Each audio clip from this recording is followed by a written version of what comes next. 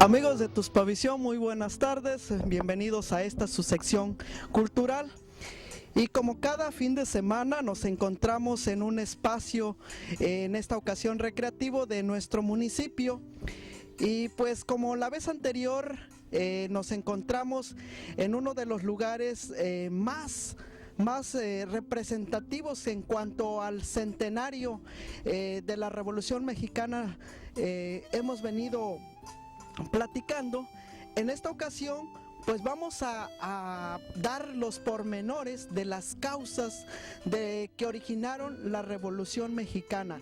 Recordemos que este programa está encaminando hacia los festejos del centenario de la Revolución Mexicana. La primera etapa fue consistente en lo que fue los festejos de la independencia nacional.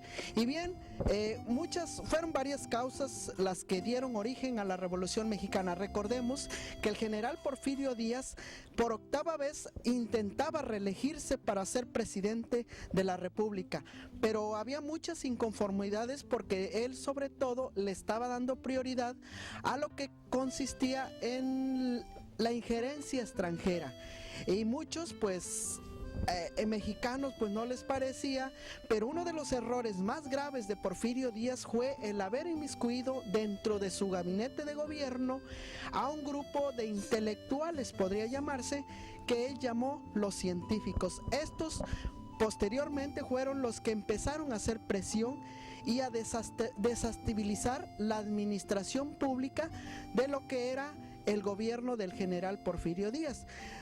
Por una parte, al general Porfirio Díaz no se le considera como un héroe de la revolución, pero sí es importante nombrar la participación activa que él tuvo en la batalla de Puebla. Recordemos que él fue un seguidor de la vida de la obra también de don Benito Juárez García.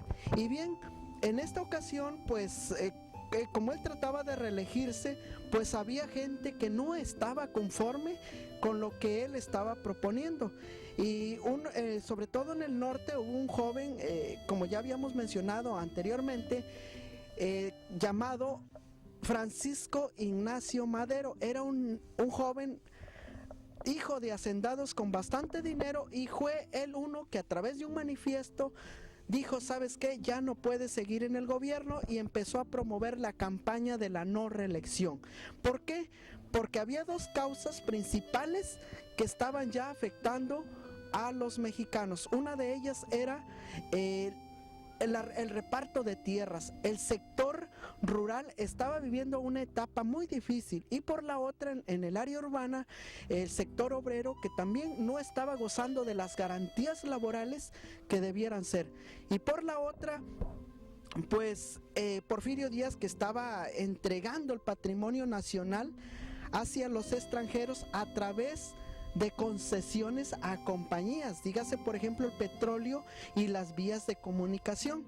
Recordemos que aquí en Tuxpan, durante el gobierno de Porfirio Díaz, trató de hacerse una vía férrea de lo que era la estación Cobos hacia el Distrito Federal, que únicamente llegó a Poza de Cuero, y por la otra, con antecedente histórico del presidente Benito Juárez, que trataba de hacer un canal de navegación para comunicar el puerto de Tuxpan con el de Tampico, pero finalmente no se llevó a cabo.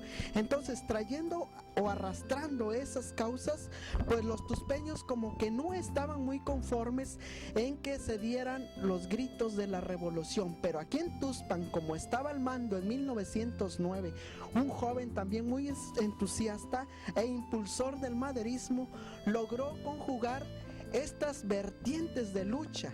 Entre ellas, formar una junta revolucionaria con sedes en Tihuatlán, en Temapache y aquí. Ernesto Barón era el nombre de esta persona, que junto con Santiago R. Rivero y el general Manuel Peláez son los que encaminaron la lucha del maderismo, que posteriormente llevó a consolidar la lucha por la revolución.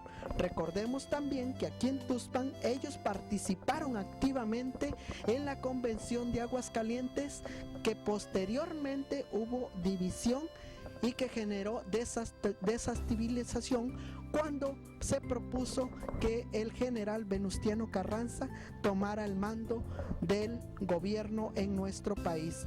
Pero aquí en esta zona, el general Cándido Aguilar era fiel aliado del general Carranza, pues se vio en la libertad de formar lo que llamó la división de las Huastecas o la división de Oriente, teniendo como sedes de los cuarteles generales en el barrio de Zapote Gordo, en Tanguijo, en lo que es el municipio de Tamiahua, y Tierra Amarilla en el municipio de Temapache.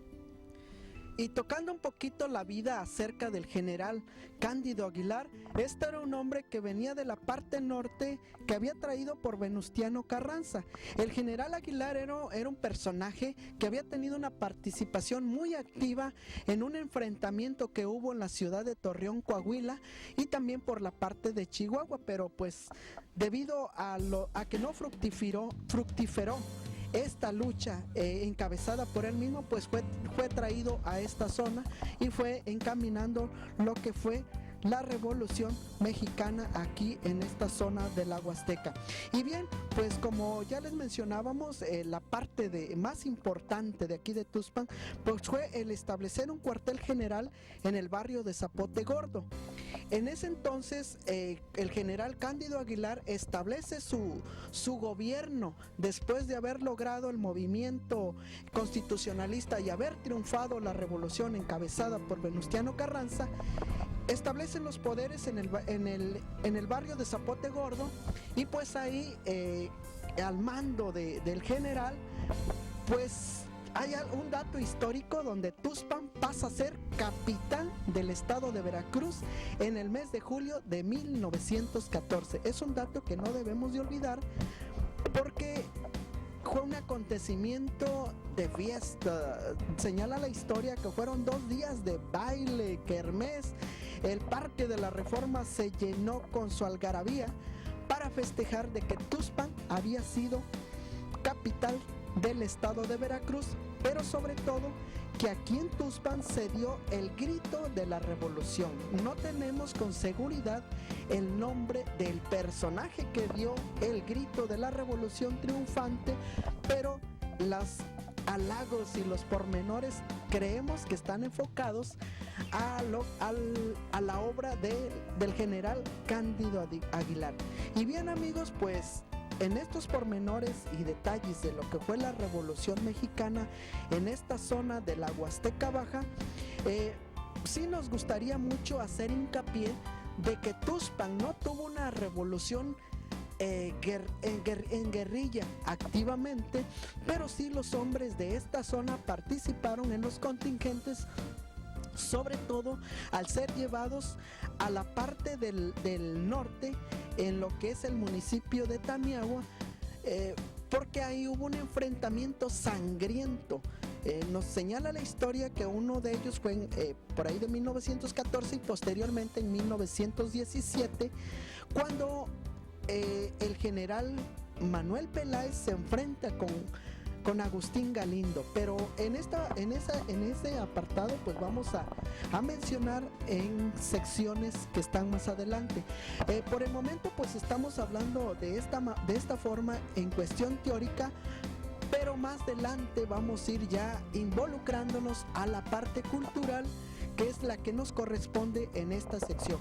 Por eso estamos haciendo bosquejos y pormenores de la Revolución Mexicana, porque recordemos que eso es para conmemorar los festejos del centenario de la Revolución. Y bien, pues otro de los datos importantes es que esta zona era muy fructífera en cuanto al patrimonio nacional. Esto quiere decir que se encontraba con bastantes yacimientos de petróleo, y eso era una de las cuestiones más importantes que preocupaba al general Venustiano Carranza. Sabemos todos que el general Lázaro Cárdenas fue el impulsor de la nacionalización del petróleo, pero muchos de nosotros pues no sabíamos que el general Cárdenas estuvo en esta zona apoyando activamente en el regimiento de caballería al general Venustiano Carranza, y de él retomó la idea de la nacionalización. Y pues hay una casa en la Barra Norte donde se dice que ahí fue firmado el contrato de la nacionalización, y pues el general Venustiano Carranza y el general Cárdenas son unos héroes del centenario de nuestra revolución. Y bien, amigos, pues con estos pormenores y bosquejos históricos de lo que representó este acontecimiento social en la zona de la Huasteca Baja, sobre todo aquí en Tuxpan, nos despedimos con imágenes de Eduardo Sánchez para Tuxpavisión, Gabriel Cruz Reyes. Hasta la próxima.